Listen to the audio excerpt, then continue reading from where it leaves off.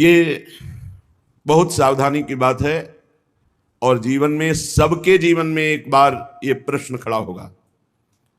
इसे सौभाग्य मत मान लेना, इसे प्रारब्ध मत मान लेना। प्रारब्ध से भोग का सानिध्य मिलता है, भोग क्रिया नहीं होती। भोग क्रिया अज्ञान से होती है। प्रारब्ध से सामग्री एकत्रित हो जाएगी, भोग का संयोग का वो सब प्रारब्ध रचना कर देगा, लेकिन क्रिया अज्ञान से होती है, क्रिया कामना से होती है। इसलिए कह रहे हैं यदि राधा माधव के प्रेम रस में डूबने के मार्ग में उपासक चला तो उसके जीवन में एक बार ही सही पर ऐसा अवसर आएगा कि वो परस्पर विपरीत शरीर का भोग करने का प्रश्न माया खड़ा करेगी। आपको कह रहे हैं कि अगर नवयुवती है तो अपनी पुत्री जैसे होती है, ऐसे देखो, सुपुत्री यति, अपनी पुत्री कितनी भी सुंदर जवान, ऐसा आता ही नहीं भाव में कि स्त्री है, आता ही नहीं है। जिनके आता है वो राक्षस ही हैं, मनुष्य तो है नहीं। नहीं तो घर में रहा जाता है, बड़ी बहन, परिवार के सदस्य, कहीं ऐसा आता है कि जवान बहन है तो जवान लड़की, ऐसा थोड़ी आता है। हंसते खेलते गले लगाते, कोई कहीं भाव ही नहीं रहता काम का।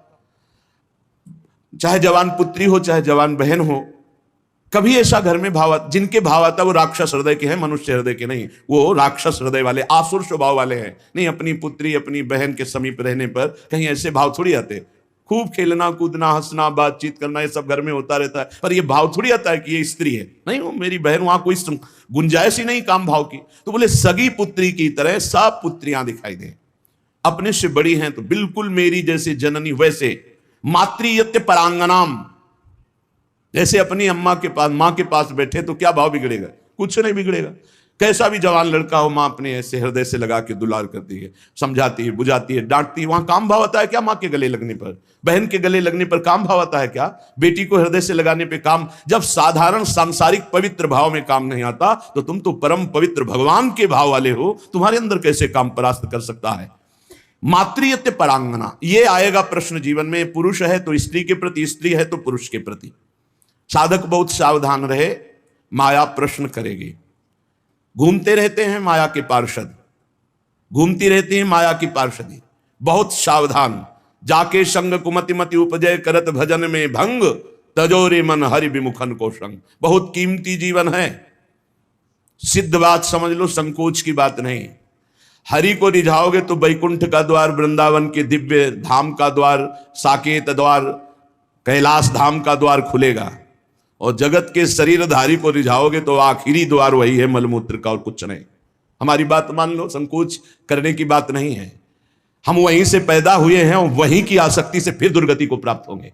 खुली बात है, देख लो, दो ही आकर्षण है, बढ़िया से बढ़िया खाने को मिले, भोगने को मिले। शिष्णोदर परायण शास्त्र कहता है, शिष्ण और उदर। उदर रसेंद्री से संबंधित है, शिष्ण जनेन्द्री से संबंधित है। बस जनेन्द्री और रसेंद्री के भोगों में पूरा दिव्य मानव जीवन बर्बाद। श्रीपाद कह रहे यदि राधा मुरलीधर के प्रेम में मगन होना है, बहुत सावधान। ये मत समझो कि माया कब किस रूप में कहां प्रश्न करती है। वो जननी है, वो अपने बेटे को पुष्ट करने के लिए कोई भी प्रश्न कर सकती है, लेकिन अपनी दृष्टि, महाप्रभु चैतन्य देव रुदन कर रहे हैं, हा गोविंद हा कृष्ण। दो वेश्याएं पहुंचती हैं, एक कहती कितना ये रुदन कर रहे हैं, बोले मेरी जैसी नहीं मिली होगी इसीलिए ना, अभी देखो इनका रुदन बंद करते। वो क्या जाने कि जो हरि के आशिक है उनको हरि माया आकर्षित नहीं कर सकती। भगवान का एक विशुद्ध प्रताप बल भक्तों की रक्षा करता रहता है। वो जाकर के विनोदास्पद बातें करने लगी। महाप्रभु चैतन्य देव ने कहा, मां बस करुणा कर दो, श्री कृष्ण मिल जाए। वो शब्द उनके हृदय में ऐसा चोट किया कि मैं इतनी नीच, ऐसे महापावन से ऐसी भावना की चरणों में गिर गई, मुझे क्षमा करो, क्या मेरा भी उद्धार हो सकता? कृष्ण कृष्ण कृष्ण।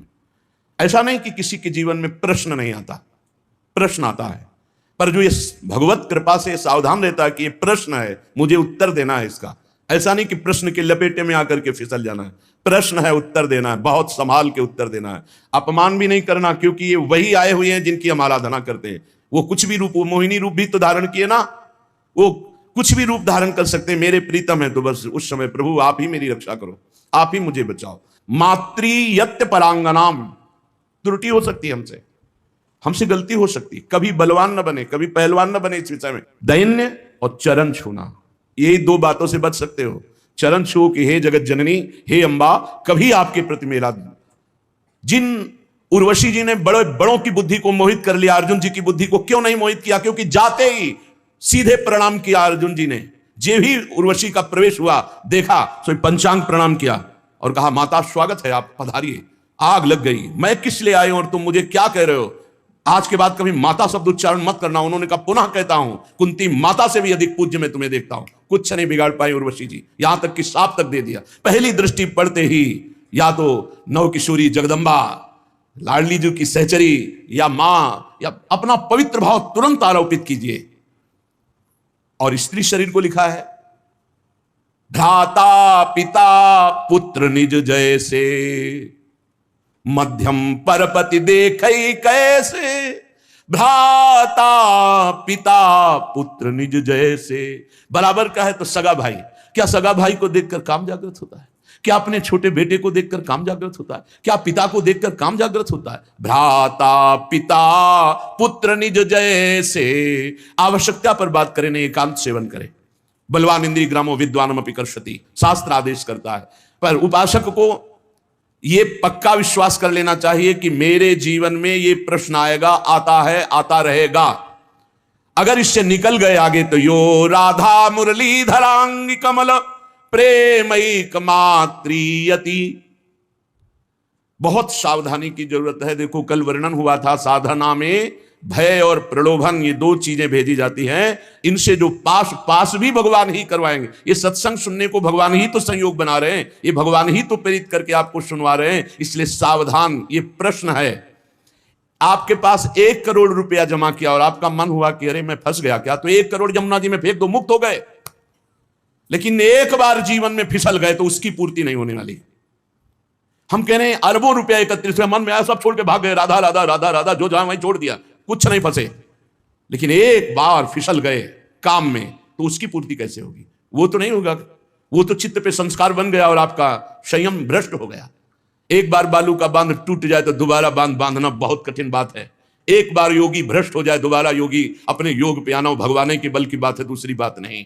जैसे बालू का बांध फूट जाए तो बांधना बड़ा कठिन है, ऐसे ये ब्रह्मचर्य, ये सतमार्ग, ये इंद्रिय निग्रह, ये बालू का बांध है, बहुत होश से।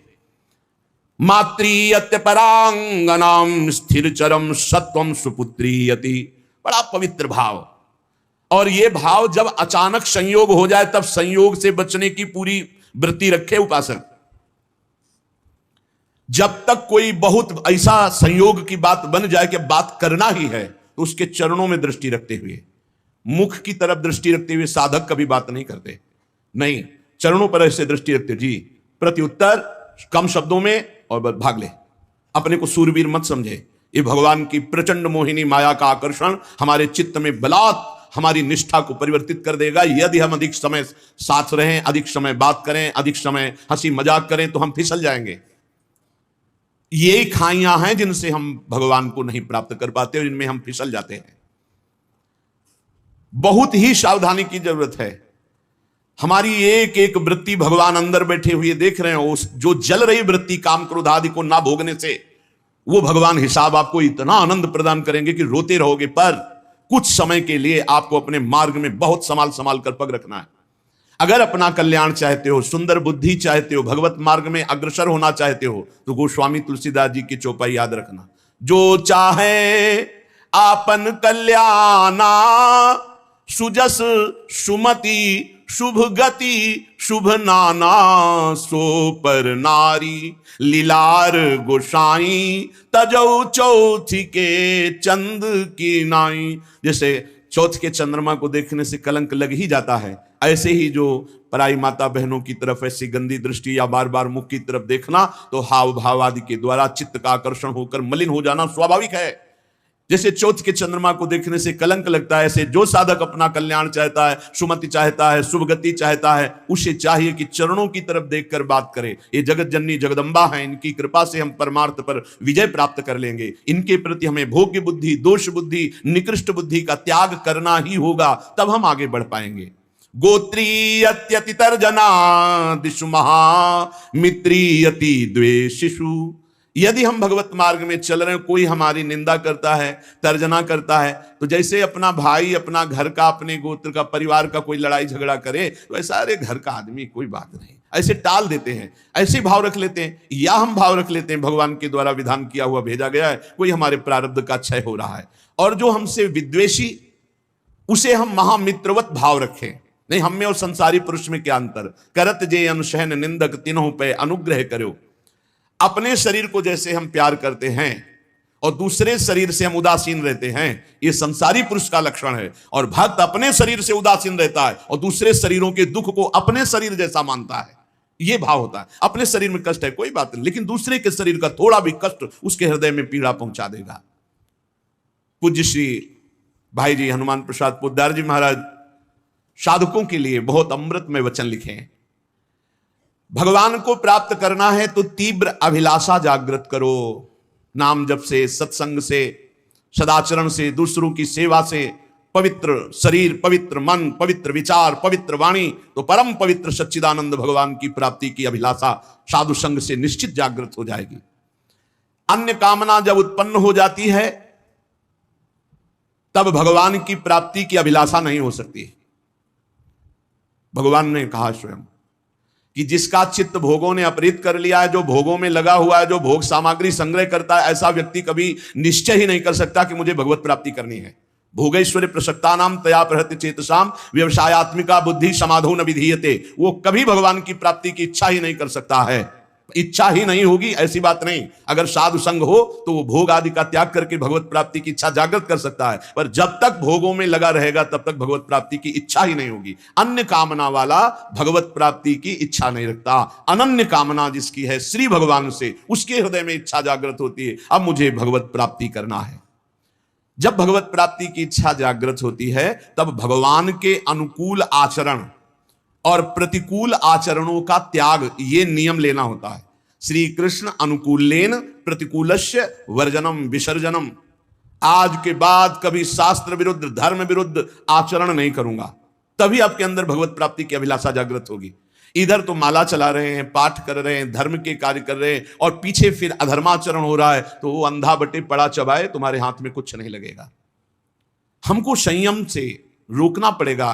जो धर्म, जो नाम जप, जो साधन कर रहे हैं, वो हमारा कहीं किसी पापाचरण में बह न जाए, कहीं किसी छिद्र से बह न जाए। हम अपने इंद्रियों को, मन को हम विचार के द्वारा, पवित्र विचारों के द्वारा उनको घेरे रहते हैं। इसी का तो इनाम मिलता है परम पद, इसी का इनाम मिलता है अद्भुत आनंद की उमगन। ना भय जन्म का, ना मृत्यु का, ना रोग का, ना शोक का, किसी भी तरह का कोई भी द्वंद्व प्रभाव उपासक के अंदर नहीं रह जाता। अनुकूलस्य, अपने इष्ट देव गुरुदेव के अनुकूल, और प्रतिकूलस्य विसर्जनम, प्रत्येक प्रतिकूल आचरण का त्याग। जब साधक ऐसा आचरण बहुत समय तक करता है तो उसके प्राणों में रुदन करने की इच्छा जागृत होती है और वो क्रंदन करने लगता है। रोते रोते उसके हृदय में विरहाग्नि जलाती है और उसी विरहाग्नि को शीतल करने फिर भगवान को आना होता है, फिर उससे भगवत प्राप्ति हो जाती है। दूसरी बात, साधक जब इस मार्ग पर चलता है तो उसका स्वभाव होता है इधर उधर ताक झांक करना। ये कैसे चलता है? ये बहुत बुरी आदत है, ये बिल्कुल नहीं रखनी चाहिए। पर दोष दर्शन से सबसे बड़ा घाटा होता है कि हम जो दोष दूसरे में देखते हैं, देखने की चेष्टा करते हैं, वो दोष हम में जागृत हो जाता है। इसलिए साधक को इधर उधर ताक झांक करने वाला स्वभाव नहीं रखना चाहिए। छोटी छोटी बातें होती हैं जिनमें हम फिसल जाते हैं। हर साधक इस बात को समझ ले, परमार्थ में चलने पर इधर उधर ताक झांक, पड़ोसी बगल वाला साधक क्या करता है, अगर ये दोष दर्शन की वृत्ति रही तो ऐसे ही नीचे खड़े रहोगे, परमार्थ की ऊंचाई पर नहीं चढ़ पाओगे। इधर उधर ताकने वाला साधक लक्ष्य तक कभी पहुंच ही नहीं सकता। सिद्ध महापुरुषों के वचन है। साधक को चाहिए कि अपनी दृष्टि केवल अपने लक्ष्य पर रखते हुए, लक्ष्य हमारा क्या है? सर्वान वस्तुतया निरीक्ष परम स्वाराध्य बुद्धिर्मम, मेरे भगवान ही सब रूपों में, बस सारा नाटक वही कर रहे हैं। हमको ये नहीं देखना ये कमी इसमें साधक में है या कमी उस साधक, ये गुरु देखें या भगवान देखें, वो सुधार करें। हमारा ठेका नहीं है, हमारा ठेका है अपनी कमी देखना और भगवान को प्राप्त करना। सत्संग अपने लिए होता है, दूसरों के ऊपर थोपने के लिए नहीं होता, दूसरों के दोष दर्शन के लिए नहीं होता, वो अपने मन को शासन में लाने के लिए सत्संग होता है। साधक जब इस दोष से आगे बढ़ता है, ये बहुत जोर का दोष होता है, जब इससे आगे साधक बढ़ता है तो उसके जीवन में प्रलोभन आता है। जब प्रलोभन से बचता है तो फिर भय आता है। बड़े बड़े भय आते हैं भक्तों के जीवन में। फांसी की सजा निश्चित हो गई, आग में जलाने निश्चित हो गया, जहर पिला दिया गया, क्या क्या। जब प्रलोभन और भय से भी आगे निकलता है तब दिव्य सिद्धियां, आकाश में उड़ जाओ जहां जिस लोक में, जब इनसे भी आगे निकल जाए, जीवित मर जाए उलटे आप में समाया है दिलगिरी, एकदम खाक। तब भगवान की प्राप्ति होती है। वो संसार चक्र का भेदन करके सच्चिदानंद स्वरूप को प्राप्त कर लेता है। वैराग्य दो प्रकार का होता है, एक समल वैराग्य और एक विमल वैराग्य। सांसारिक प्रतिकूलता को लेकर जो घर त्यागा जाता है उसे समल वैराग्य कहते हैं। ये समल, मल का प्रयोग नहीं होना चाहिए। ये मल है वासना, कामना, रुपया, पैसा। हाँ, हमारा भरण पोषण ईश्वर के द्वारा सारे विश्व का करते, तो हम जितने बैरागी जन विश्व में हैं, भगवान विश्वम्बर सबका भरण पोषण कर रहे हैं। लेकिन बहुत सावधानी से मुनीमगिरी करनी है। मालिक है भगवान, मुनीम है हम, तो मुनीम का लेना देना बहुत हिसाब में होना चाहिए। हिसाब से चूक हुई तो चूक हो जाएगी, बड़ी चूक हो जाएगी। तो एक होते हैं वैराग्य लेते हैं ये देख करके कि अब नौकरी नहीं मिल रही, विवाह भी नहीं हुआ, खान पान की व्यवस्था, बाबा जी बन जाते हैं। जिंदगी नरक हो जाएगी तुम्हारी और दूसरों की बेइज्जती करवाओगे। कभी ऐसे बाबा जी नहीं बना जाता। बाबा जी बना जाता है, सब व्यवस्थाएं हैं, लेकिन अब मन नहीं लग रहा, ऐसा लग रहा है मुझे भगवान चाहिए। तब इसे विमल वैराग्य कहते हैं। अगर समल, ये जो समल वैराग्य है, इस समल वैराग्य को यदि विमल वैराग्य मिल जाए तो वासना हट जाए और निर्मल मार्ग में चल पड़ेगा। ऐसा नहीं कि उसका कल्याण नहीं होगा, पर है बहुत गड़बड़। वैराग्य के दो रूप है, एक समल वैराग्य, एक विमल वैराग्य। समल वैराग्य होता है कि हर किसी न किसी विषय की अभाव स्थिति में बाबा जी बन जाना, वैरागी बन जाना, बहुत खतरनाक, बहुत घटिया जीवन व्यतीत होता। बहुत घटिया हम शब्द में कह रहे हैं, लाख प्रकार से समझाओ उसको समझ में नहीं आता। वो केवल वासना की पूर्ति ऐसे लोगों के द्वारा बहुत अहित होता है संत समाज का, क्योंकि उनके अंदर कोई लक्ष्य भगवत प्राप्ति नहीं, कोई साधुता नहीं, और वेश साधुता का वो बहुत तरह से हानि करते हैं। और कहे तो संत ही जाएंगे क्योंकि वेश है, इसलिए बड़ा अपमान संतों का होता है। उनका लक्ष्य नहीं होता भगवत प्राप्ति, उनका लक्ष्य नहीं होता सतमार्ग, वो केवल वासनाओं की पूर्ति के। बहुत विचित्र होता है, ये भी सब देखा है। भ्रमण के समय भगवान बड़ी कृपा की तो सब भ्रमण में साधु पक्का हो जाता है। भूख प्यास गर्मी सर्दी मान गाली या मार पीट सब कुछ सहना पड़ता है, सब सहना पड़ता है, उससे परिपक्व हो जाता है।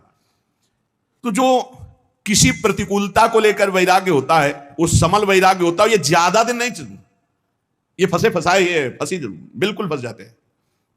मन जो है ये जब भगवान के लिए व्याकुल हो तब घर छोड़ना चाहिए। नहीं तो हम कह रहे हैं कि भले आप लेबरी करके जियो लेकिन बाबा जी मत बनना। बाबा जी बनने के लिए एक केवल बात है, अब मुझे भगवान चाहिए। अब आपको कोई परास्त नहीं कर सकता त्रिभुवन में। ये बस बात तुम्हारे अंदर बैठ जाए, आप समझो केवल 2 वर्ष गुरुदेव भगवान 13, 14, 15 और इसके बाद पधार गए।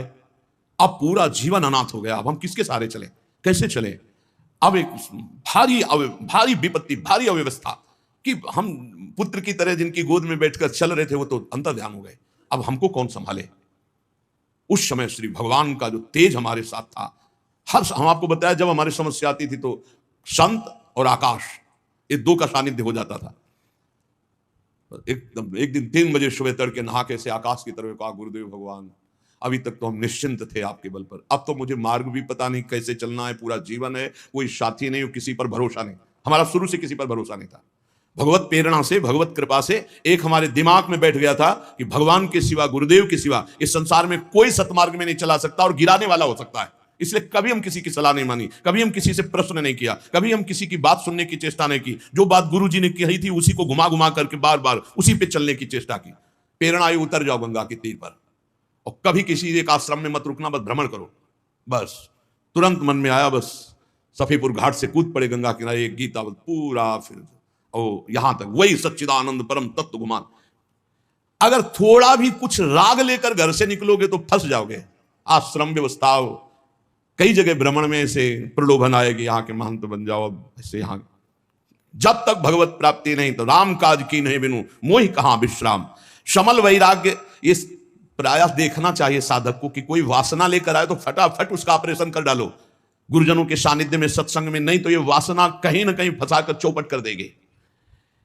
किसी सांसारिक प्रतिकूलता को देख करके अनुकूलता पाने के लिए तो बाबा जी नहीं बन गया कोई, या अनुकूलता पाने के लिए वैराग्य का नाटक तो नहीं कर रहा। ये बहुत हानिकारक है, परमार्थ में आगे नहीं बढ़ने देगा। विमल वैराग्य जिसमें विषयाशक्ति है पर वो विषयाशक्ति को मिटाना चाहता है, वो तृष्णा रहित होना चाहता है, वो भगवत प्राप्ति करना चाहता है, वो कहीं विश्राम नहीं मानना चाहता, केवल भगवान की प्राप्ति। वो सूरवीर, ये महान योद्धा, सातरत लोकांतरत पार कर देगा, जीवन पार कर देगा, कोई नहीं इसे परास्त कर सकता। दुख दोष ये मिटाने के लिए हम भगवत मार्ग में आते हैं। देखिए, दुख दोष मिटाने के लिए हम भगवत मार्ग में आते हैं।